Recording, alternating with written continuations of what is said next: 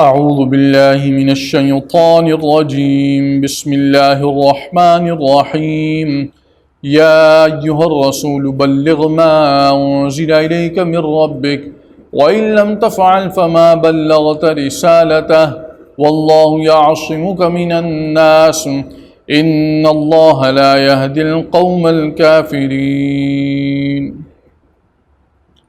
آمنت باللہ صدق اللہ العظیم۔ سورۃ المائدہ کی آیت نمبر 67 سے ہم ابتدا کر رہے ہیں، اور یہ سورۃ المائدہ کا 10واں رکوع اور چھٹے پارے کا 14واں رکوع ہے۔ جو آیت پڑھی پہلے اس کا ترجمہ، یا ایھا الرسول بلغ ما انزل الیک من ربک، اے رسول علیہ الصلوۃ والسلام، آپ کی طرف جو چیز آپ کے رب کی طرف سے اتاری گئی اس کی تبلیغ کیجیے، اس کو آگے پہنچائیے۔ وَإِن لَّمْ تَفْعَلْ فَمَا بَلَّغْتَ رِسَالَتَهُ، اور اگر آپ نے اس کی تبلیغ نہ کی تو پھر اس کا مطلب یہ کہ آپ نے اللہ کا پیغام نہیں پہنچایا۔ وَاللَّهُ يَعْصِمُكَ مِنَ النَّاسِ، اور اللہ تعالیٰ آپ کو لوگوں کی سازشوں سے، ریشہ دوانیوں سے بچائے گا۔ ان اللہ لا یہدی القوم الکافرین، بے شک اللہ تعالیٰ کافروں کی قوم کو ہدایت نہیں کرتا ہے۔ حضور سرکار دو عالم صلی اللہ علیہ وسلم کو تبلیغ قرآن، تبلیغ احکام، تبلیغ دین کا حکم دیا جا رہا ہے۔ چونکہ حضور سرکار دو عالم صلی اللہ علیہ وسلم اور تمام انبیاء کرام دنیا میں آتے ہی اس لیے، ان کو اٹھایا ہی اس لیے جاتا ہے، ان کو یہ ذمہ داری دی جاتی ہے کہ اللہ کا پیغام اس کی مخلوق تک پہنچے۔ اب حضور سرکار دو عالم صلی اللہ علیہ وسلم کی طرف جو چیز نازل کی گئی قرآن ہے، وہ احکام ہے، وہ علوم ہے جو اللہ تعالیٰ نے آپ کو عطا فرمائے، تو آپ نے ان کو آگے پہنچایا اور پہنچانے کا حق ادا کر دیا۔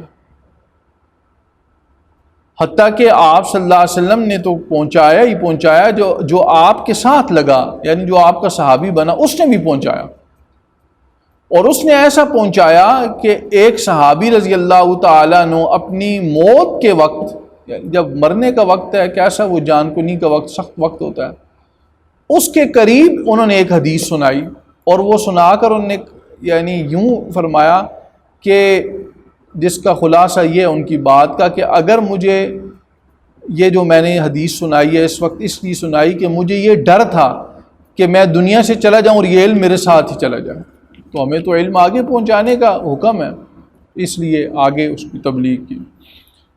تو آپ صلی اللہ علیہ وسلم کو بھی غور کرنے کی بات یہ کہ آپ کو کس چیز کی تبلیغ کا حکم کیا جا رہا ہے۔ جو چیز آپ پہ نازل کی گئی، قرآن، وحی، آپ کو اسی قرآن کی، اسی وحی کی پیروی کو بھی حکم دیا گیا۔ اتبع ما یوحی الیک من رب، جو آپ کے رب کی طرف سے آپ پر اترا، آپ اس کی اتباع، اس کی پیروی کیجیے۔ اسی قرآن کی تلاوت کا حکم دیا گیا۔ وَاتْلُ مَا أُوحِيَ إِلَيْكَ مِنْ كِتَابِ رَبِّكَ، اُتْلُ مَا أُوحِيَ إِلَيْكَ مِنَ الْكِتَابِ، آپ تلاوت کیجئے اس چیز کی جو کتاب میں سے وحی کی گئی۔ تو تلاوت بھی اسی قرآن کی، اور عمل بھی، اتباع بھی اسی قرآن کا، اور تبلیغ بھی اسی قرآن کی۔ تو ایسا یہ مبارک کلام۔ اب یہاں آگے جو بات فرمائی جا رہی ہے وَإِن لَّمْ تَفْعَلْ فَمَا بَلَّغْتَ رِسَالَتَهُ، یہ علی سبیل الفرض والتقدیر ہے۔ حضور سرکار دو عالم صلی اللہ علیہ وسلم کا تو خود اللہ تعالیٰ کو پتہ تھا کہ یہ تو ہو نہیں سکتا کہ میں آپ کو کوئی حکم دوں تو آپ نہ پہنچائیں۔ تو یہاں یہ جو کہا جا رہا ہے کہ اگر آپ نے ایسا نہ کیا تو گویا کہ آپ نے آگے اللہ کے پیغام کو پہنچایا نہیں۔ تو حضور سرکار دو عالم صلی اللہ علیہ وسلم تو خود اللہ تعالیٰ کو معلوم تھا کہ میں جو ان کو دیتا ہوں وہ آگے پہنچائیں، اور بغیر کسی کمی بیشی کو پہنچایا۔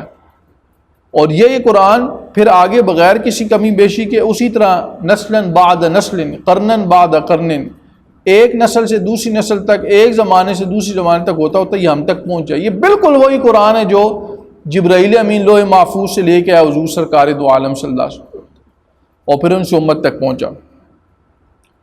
تو یہ گویا کہ اس آپ یہ بتانے کے لیے کہ آپ نے اسی کلام کی تبلیغ کرنی ہے، ورنہ یہ بات نہیں ہے کہ آپ اس کی تبلیغ نہیں کریں گے، کوئی اللہ تعالیٰ کو کوئی اندیشہ تھا، نہیں، اللہ تعالیٰ کو پتہ تھا آپ پہنچائیں گے۔ واللہ یعصمک من الناس، اللہ تعالیٰ آپ کو لوگوں سے بچائے گا، ان لوگوں کی ریشہ دوانیوں سے، لوگوں کی سازشوں سے بچائے گا۔ آپ گویا کہ اس کو میں اس طرح کہہ دوں کہ آپ اللہ کے نبی، آپ تو اپنے کام میں لگی، آپ کا کام کیا ہے؟ تبلیغ قرآن، تبلیغ دین۔ اسی لیے قرآن کے درس قرآن کو اور ترجمہ اور تفسیر کو، اس کے سننے اور سنانے کو ہمیں معمولی کام نہیں سمجھنا چاہیے، یہ پیغمبرانہ کام ہے۔ اللہ تعالیٰ اس کی جس کو توفیق دے دیں، تو اللہ تعالیٰ آپ تو اپنا کام کیجئے اور اللہ اپنا کام کرے گا۔ آپ کا کام کیا ہے؟ تبلیغ دین، تبلیغ قرآن، اور اللہ تعالیٰ کیا کریں گے؟ آپ کی لوگوں سے حفاظت فرمائیں گے۔ حضور سرکار دو عالم صلی اللہ علیہ وسلم پہلے چند صحابہ، کچھ صحابہ پہرے دار بھی ہوتے تھے آپ کے، لیکن بعد میں یعنی اللہ رب العزت نے فرما دیا کہ آپ کو جو ہے لوگوں سے اللہ ہی بچانے والا ہے۔ چنانچہ ایک واقعہ بھی آتا ہے کہ ایک دفعہ آپ صلی اللہ علیہ وسلم سفر میں تھے، تو دشمن آپ کی طاق میں تھا، ایک دشمن تھا، تو آپ صلی اللہ علیہ وسلم درخت کے نیچے سستا رہے تھے اور تلوار آپ کی درخت کے ساتھ لٹکی ہوئی تھی، تو اس نے موقع پا کر اس دشمن نے، کافر نے، آپ کی تلوار لی اور آ کر کھڑا ہو گیا آپ کے سر پر، کہنے لگا کہ اے محمد صلی اللہ علیہ وسلم، تمہیں مجھ سے کون بچائے گا؟ تو حضور سرکار دو عالم صلی اللہ علیہ وسلم نے اطمینان کے ساتھ، وقار کے ساتھ فرمایا اللہ۔ اس کے اوپر ایسی ہیبت طاری ہوئی کہ وہ تلوار نہیں اس سے پکڑی گئی۔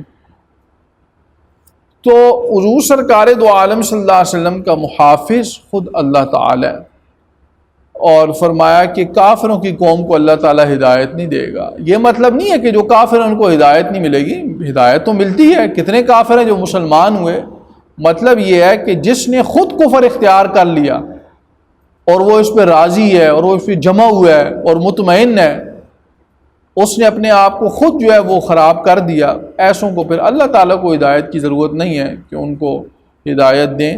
باقی ہدایت کی دعوت سب کے لیے ہے۔ اللہ تعالیٰ ہمیں اس کی صحیح فہم نصیب فرمائے۔ وآخر دعوانا ان الحمد للہ رب العالمین۔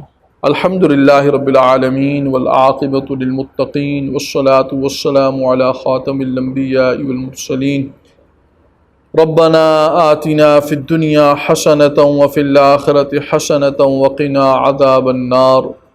یا اللہ کریم، قرآن پاک کی ہم سب کو عظمت ہمارے دلوں میں بٹھائیے، قرآن کریم کے ساتھ سچا پکا تعلق نصیب فرمائیے، قرآن پاک کے پیغام کو سمجھنے کی اور سمجھانے کی توفیق نصیب فرمائیے، عمل کرنے اور کروانے کی توفیق نصیب فرمائیے۔